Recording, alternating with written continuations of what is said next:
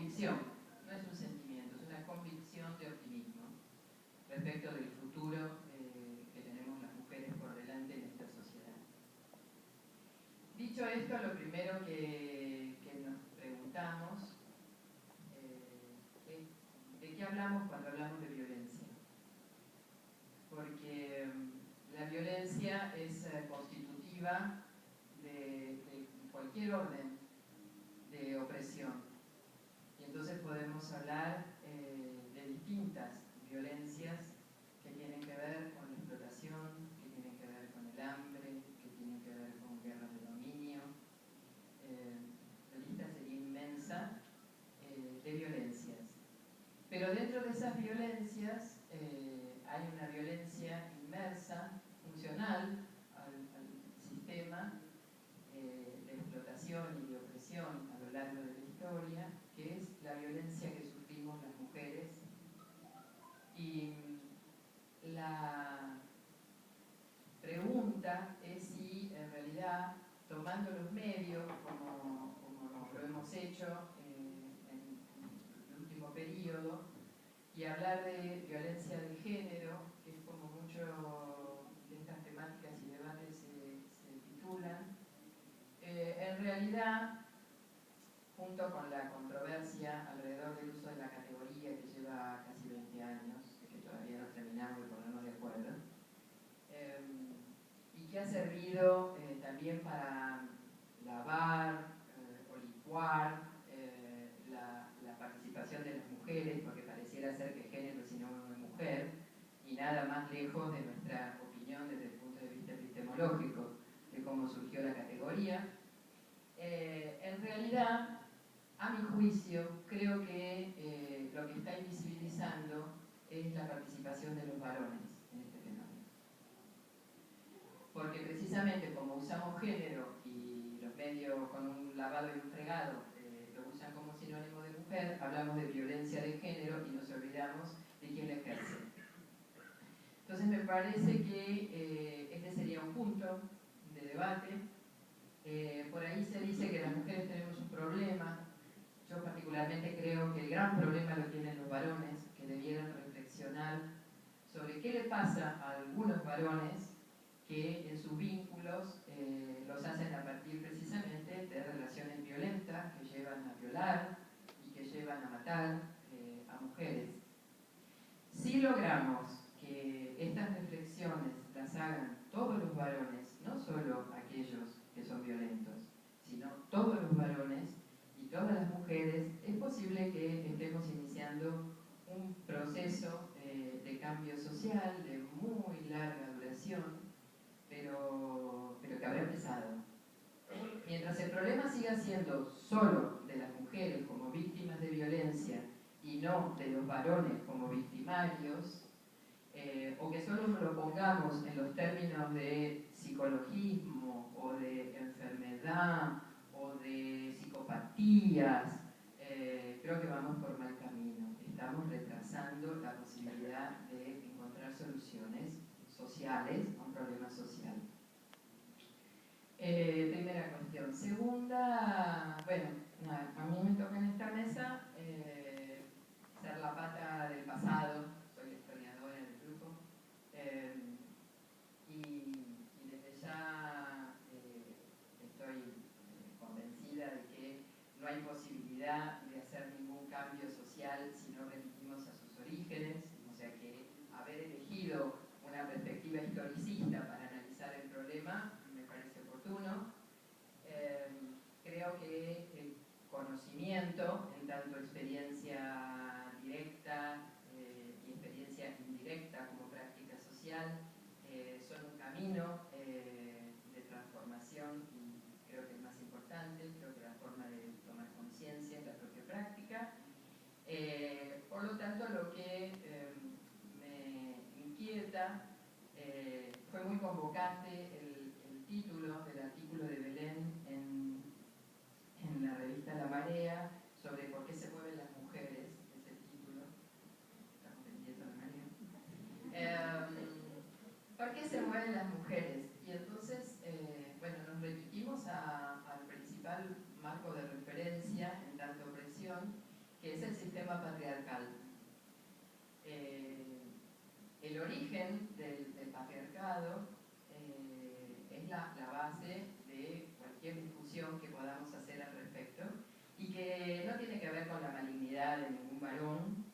Es más, creo que la mayoría de los varones, si bien son beneficiarios en muchos casos de ese vínculo opresivo, en muchos también son víctimas, pero ese proceso de origen del patriarcado a lo largo de la historia ha ido encontrando, precisamente como cualquier lógica histórica, que frente a la represión ha habido rebelión por parte de las mujeres. Entonces, ¿por qué se mueven las mujeres? ¿Por qué se han movido? Y entonces, ¿por qué se han movido? ¿Por qué se mueven? ¿Y por qué se seguirán moviendo las mujeres? Y esa, en todo caso, me parece más interesante la dialéctica de por qué soy optimista y creo que somos algo más que víctimas, sino, parafraseando la gloria, que somos protagonistas de lo que el cambio nos va a dar para una vida más feliz. Desde ese punto de vista, creo que no los voy a aburrir, quédense tranquilos, porque aparte sé que todo el auditorio conoce ese recorrido desde la división sexual del trabajo, el origen de la propiedad privada, el fenómeno de la herencia, que hizo lo más terrible que podía ser, que era poner en control el cuerpo de las mujeres. Poner en control el cuerpo de las mujeres es poner en control la reproducción, el goce, toda nuestra subjetividad. Bien, no voy a hacer ese recorrido, ustedes los conocen. Pero sí es interesante pensar cómo nos hemos organizado, porque esa es la idea. Cualquier confrontación que se quiera hacer con un sistema de opresión, no hay posibilidad de derrotarlo si no es organizadamente. Y entonces nos hemos ido organizando a lo largo de la historia desde aquellos orígenes. Y siempre las organizaciones fueron denostadas. Podríamos hablar de las etmoforias griegas que se hacían en honor de la diosa Ceres. Bien, no era otra cosa que pensar la reproducción y el desarrollo de la agricultura, en términos fundamentalmente del trigo, que eran los cereales del Mediterráneo de la época, pero esas fiestas, como eran fiestas únicamente de mujeres, eran peligrosas. Y se hablaba de desenfreno. Lo mismo sucedía con las dionisíacas. Las mujeres se volvían locas, tomaban mucho vino, eso es lo que no, nada, terrible. Cualquier literatura que ustedes lean de la época, las mujeres siempre somos alcohólicas y todo el oculto infernal que tenemos adentro aparece en estas fiestas de desenfreno. Cualquier paralelo con el encuentro lo hacen ustedes solos, solas, sobre todo las que han protagonizado los encuentros, saben las cosas que hacemos los sábados.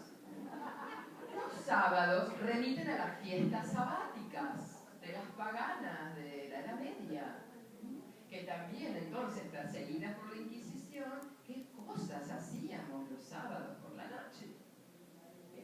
O sea que cualquier organización de confrontar con el poder opresivo, ya sea del Estado en términos griegos, romanos, que nos quitaban a las mujeres las potestades y que solo la tenían los varones.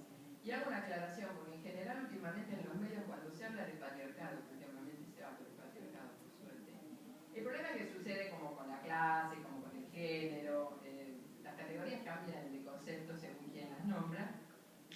Cuando se habla de patriarcado, no se habla de un Estado patriarcal, se habla del patriarcado como si solo oprimiera a mujeres. Y en realidad lo que estamos hablando es del Estado. El Estado patriarcal surge en el marco de un modelo de producción esclavista, o sea que no solo oprime mujeres, oprime a otros varones.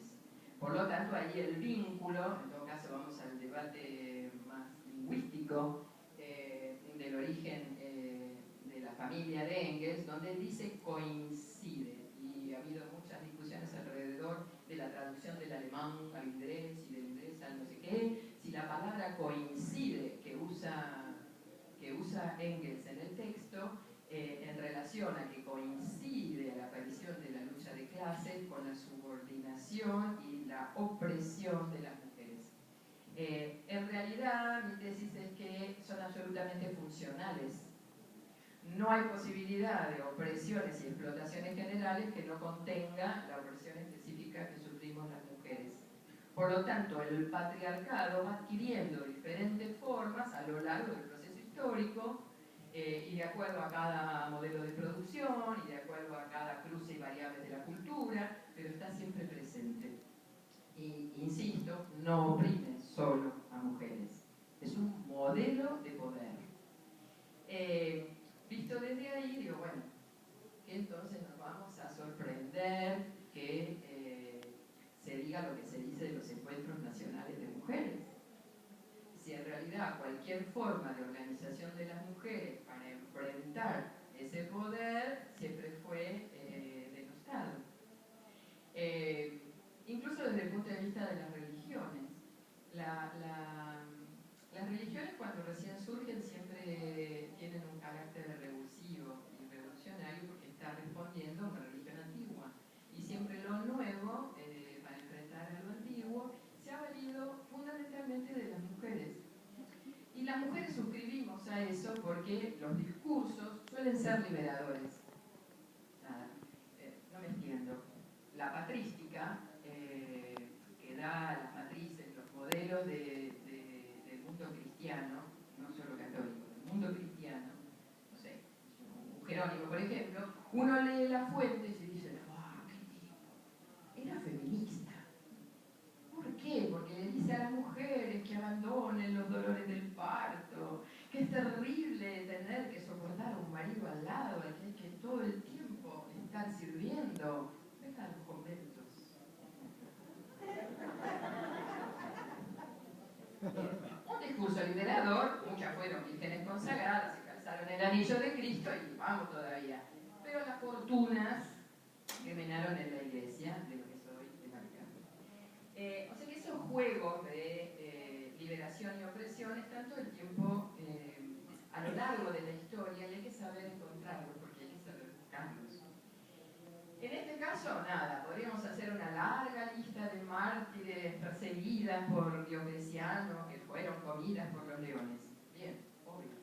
Y va a ser así hasta que la iglesia se conforma con las élites y entonces pasan a ser los obispos los que dirigen la iglesia, no las mujeres mártires, ni las sacerdotisas de las iglesias domésticas antes de San Pablo y San Agustín. Bien, aquí estamos las mujeres organizadas. ¿Hasta cuándo? Hasta que se da la posibilidad, con la emergencia de la modernidad y en particular con el capitalismo, de organizarse las mujeres con un proyecto político propio. ¿Qué significa eso? Significa que no solo resisten, como resistían los esclavos, al modelo esclavista. Una cosa es resistir y otra cosa es organizarse con conciencia de. Y entonces me tengo que organizar, tengo que tener un proyecto, tengo que saber exactamente cuál es el camino que voy a seguir para lograr mi liberación. Eso va a suceder solo con la emergencia del capitalismo y en particular en el proceso de organización del movimiento obrero.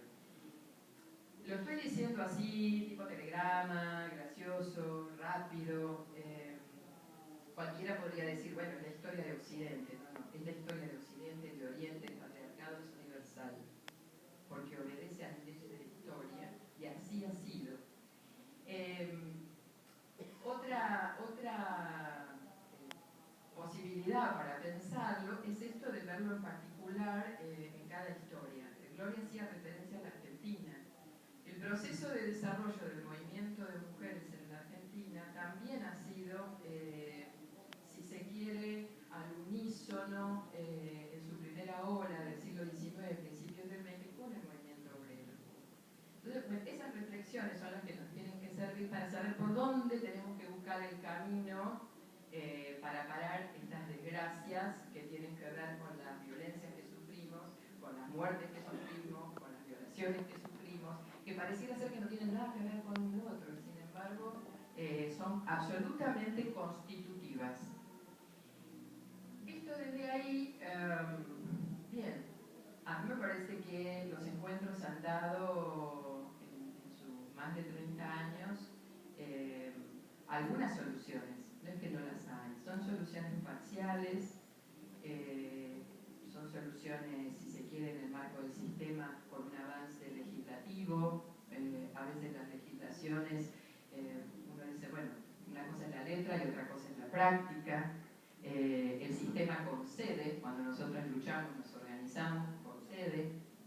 Nada, en lo particular, he vivido la experiencia de la concesión de la educación sexual integral, por ejemplo. Llevamos 11, 12 años va a ser que se votó la ley y todavía no logramos implementarla. Sin embargo, la consigna de educación sexual para decidir y anticoncepción para no abortar y aborto legal para no morir fue concebido en el seno del movimiento de mujeres organizado, que le arrancó al sistema una legislación. Ahora nos toca remar para ver cuánto de eso. La educación sexual integral sería en parte un camino, ustedes dirán reformista, bien, habrá que hacer el análisis de qué tiempo nos toca vivir en este proceso de acumulación de fuerza. Pero la educación sexual es un camino para que hablemos de relaciones de poder, no de cómo se pone un anticonceptivo. Es más, mis alumnas han dicho, bueno, les enseñamos a los alumnos a poner el anticonceptivo, pero tienen el condón en el bolsillo y a la hora de la verdad no lo usan. O sea que no pasa por enseñar cómo poner un anticonceptivo, pasa por descubrir y trabajar en la educación sexual, desde jardín de infantes hasta la universidad, de cómo son las relaciones de poder. Esa era la educación sexual que el movimiento de mujeres estaba reclamando y que tendremos que remar para que entre los vericuetos de los dimes y diretes del Estado y de la Iglesia podamos ir planteándolos. Creo que es un cambio, insisto, reformista, pero está acorde al momento que estamos viviendo. Creo que un tema importante para tener en claro de qué es lo que vamos a enfrentar organizadamente, hay un trípode fatal que expresa el Estado. Uno que es el poder de policía, otro que es la justicia. Las dejo a las chicas que van a hablar de actualidad. Poder de policía, justicia y las jerarquías de las iglesias, lo pongo en plural. Trípode mortal, que expresan el Estado y expresan la ideología. Y si nosotras no logramos desenmarañar qué ejercicios están haciendo de ese trípode, no nos vamos a salvar. Nos van a seguir violando, nos van a seguir matando. Un punto clave es el tema de la justicia. Todos los casos que últimamente han aparecido a la luz pública están cruzados por la falta de justicia. Después las estadísticas dicen, en el caso argentino, que solamente el 9,7% de los femicidios registraban una denuncia previa. Y uno se pregunta, bueno, no es poco, así sea una sola muerte, el 9,7% que había hecho la denuncia no obtuvo la respuesta necesaria en el sostén para que no terminara en el cementerio. Por otro lado, uno dice, qué poco el porcentaje de denuncias, teniendo en cuenta que, por ejemplo, en 2016 se cerró con 290 muertes. Y uno dice, bueno, ¿pero por qué no hicieron la denuncia? ¿Por no será que no tienen confianza en esta justicia?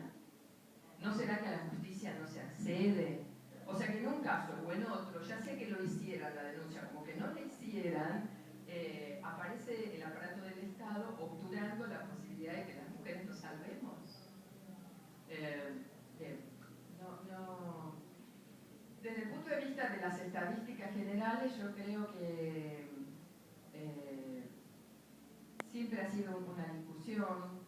Creo que hubo otra cosa en la que estuviste, Vicky, también donde se discutió, que acá los papás de Wanda, que preguntaban si ahora lo que pasaba era que había más visibilidad, porque las mujeres se animaban a denunciar, o se haría más. Bien, es difícil dar una única respuesta a semejante fenómeno tan complejo. Yo particularmente creo que son las dos cosas. Creo que hay más, porque las mujeres vamos por más, porque estamos organizadas y porque el poder responde a ese avance. Y por otro lado, creo que el avance es tan positivo, y vuelvo a mi optimismo permiso, creo que el avance es tan positivo que ha dado la posibilidad de que las mujeres denunciemos y a pesar pesar de no tengamos temores.